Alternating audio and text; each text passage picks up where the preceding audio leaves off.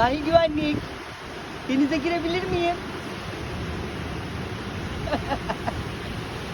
Can kurtaran, sahil güvenlik. Ha, can kurtaran mıydı? Pardon.